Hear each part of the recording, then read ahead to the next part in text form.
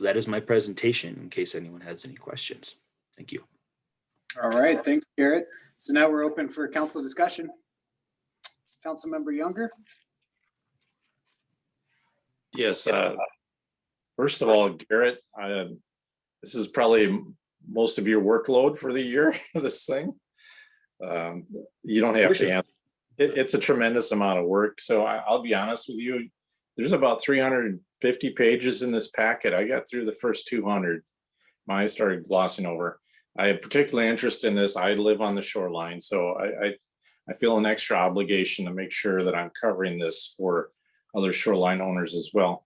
And I have not yet found anything that made it more restrictive. It looked like it's not a major update, as you stated, and it really gives citizens extra options in their toolkit, if you will, to meet certain mitigation criteria. It sounds like you made it much more friendly without, gutting environmental restrictions, which ecology wouldn't let you to do. And that's probably crudely stated, but is that somewhat of an accurate statement? Right. We work, like I said, we work in concert with ecology and other environmental stakeholders. Yeah. Even on the wetland buffers, which historically have been an issue, and I'm looking at it on page 364, I don't believe you increased the wetland buffers from streams. Is that correct? It's just, again, different reduced buffer widths and all that stuff. Is that correct? That's correct. We didn't increase stream buffers at all. It was okay. That's rejiggering of wetlands, and that's it. Yeah, that's always been historically, as you're probably aware, that's always been a bone of contention with some people. From what I can tell, I got some more reading to do in the next week, but I don't really have any issues with it. I think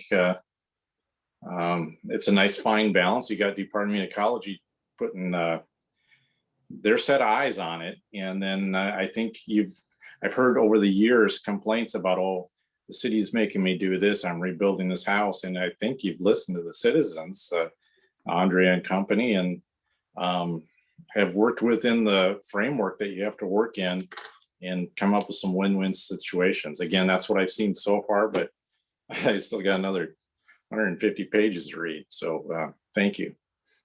And if I could just tag on to that, if there's an elevator speech to be had about what it is we're trying to do here, it's that we're ensuring that we're consistent with state law, we're fixing our code mitigation issues, we're making it so citizens can keep what they want, and code clarity. That's really what our process is here. And yes, it looks like a very scary packet. When you said earlier tonight, oh, we've got a long night ahead of us, I'm like, no, it's not that complicated. We have 2 agenda items and 2 public hearings, but what we're trying to do is really streamline the code and make sure we stay consistent with the state and make it easier to use, both for staff as well as the citizens, so they can make the important improvements to their properties that they want to make.